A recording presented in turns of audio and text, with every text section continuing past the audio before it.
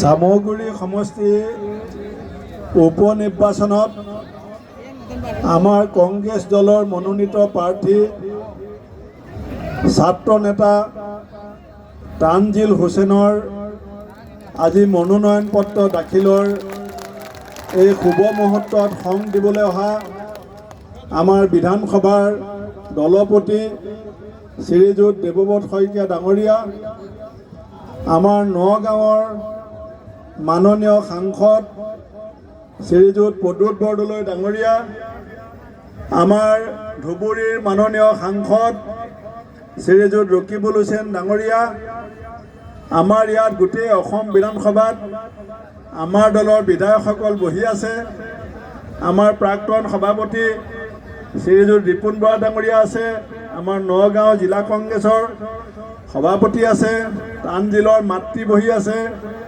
আমাৰ সকলো নেতাকে মই মঞ্চত শ্ৰদ্ধা আৰু কৃতজ্ঞতা জনাইছোঁ। আৰু পৰম পূজনীয় ৰাইজ, মই ৰকিবুল হুছেইন ডাঙৰীয়াৰ ওপৰত বাটত খং উঠি আহিছে যে ইমান মানুহ আহিছে, ইমান সৰু ফিল্ডখন কিয় লৈছে? গোটেই বাটে বাটে মানুহ, কিন্তু ফিল্ডখন ডাঙৰ কেলৈ নল'লে? কাৰণ এতিয়া ৰাস্তা মানুহ ইয়ালৈ আহিব নোৱাৰে। মই 1 কিলোমিটাৰ খোজকাঢ়ি আহিছোঁ, কিন্তু মই আজি সমগ্ৰ অসমৰ ৰাইজৰ যিটো আৱেগ, সমগ্ৰ অসমৰ ৰাইজৰ বৰ্তমান সময়ত যিটো ৰাজনৈতিক অনুভূতি, যে অসমৰ মানুহে যে দিছপুৰৰ পৰা বিজেপিক খেদিবৰ কাৰণে যে তৎ নাইকিয়া হৈছে, সেয়া আজি চামগুৰিত উপস্থিত হৈ পেলাই অনুমান কৰিবৰ কাৰণে সুবিধা হৈছে। আৰু এই যি যুঁজ চামগুৰিত আমি সকলোৱে মিলি আৰম্ভ কৰিছোঁ, এই যুঁজ অহা 13 তাৰিখে কেৱল ভোটৰ মাজেদি শেষ নহয়। 2026 চনত দিছপুৰৰ পৰা হিমন্ত বিশ্ব শৰ্মাৰ স্বেচ্ছাচাৰী, ভ্ৰষ্টাচাৰী, দুৰ্নীতিপৰায়ণ আৰু সাম্প্ৰদায়িক ৰাজনীতি কৰা হিমন্ত বিশ্বৰ পদুম ফুলৰ পাৰ্টিক শিপাই পখাই উভালি আমি ব্ৰহ্মপুত্ৰত দলিয়াই পেলাব নোৱাৰালৈকে যুঁজ অব্যাহত থাকিব। আজি মই বেছি দীঘলীয়াকৈ নকওঁ, কাৰণ তানজিলৰ নমিনেশ্যনৰ এটা সময়, এটা মুহূৰ্ত থাকে। তানজিল কেৱল এজন আমাৰ নেতা ৰকিবুল হুছেইনৰ পুত্ৰ নহয়, তানজিল আমাৰ যুৱ প্ৰজন্মৰ ছাত্ৰসকলৰ প্ৰতিনিধি।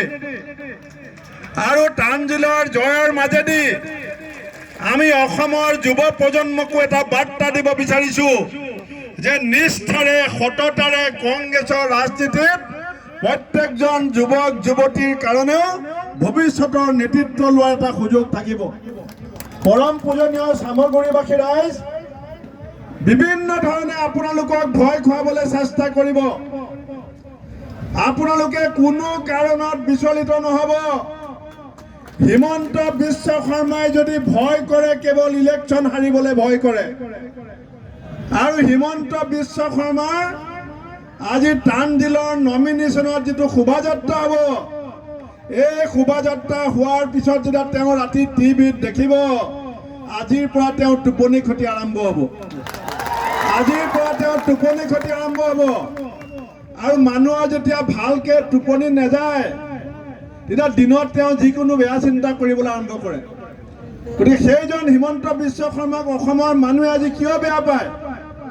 চাৰিওফালে চিণ্ডিকেট, এটা পৰিয়ালৰ নামত কোটি কোটি টকা উপাৰ্জন কৰি চাৰিওফালে ক'ৰবাত যদি বাগান বিক্ৰী হয় এটা পৰিয়ালে কিনে, পেপাৰ বিক্ৰী হ'লে এটা পৰিয়ালে কিনে, টিভি বিক্ৰী হ'লে এটা পৰিয়ালে কিনে, ক'ৰবাত ৰিচৰ্ট বিক্ৰী হ'লে এটা পৰিয়ালে কিনে। অসমৰ মানুহৰ সম্পদ যিধৰণে লুণ্ঠন কৰা হৈছে, সেই লুণ্ঠনৰ বিৰুদ্ধে এক শক্তিশালী প্ৰতিবাদ এই চামগুৰিৰ ৰাইজে অহা 13 নৱেম্বৰত কৰিব বুলি আশা ৰাখি, আৰু মোৰ ভাতৃ তানজিলক আপোনালোকে শতকোটি আশীৰ্বাদ দিব, বহুত নেতাৰে জয়যুক্ত কৰিবলৈ আশা ৰাখি মই মোৰ বক্তব্য সামৰিছোঁ। বন্দে মাতৰম, জয় অসম। এতিয়া আমাৰ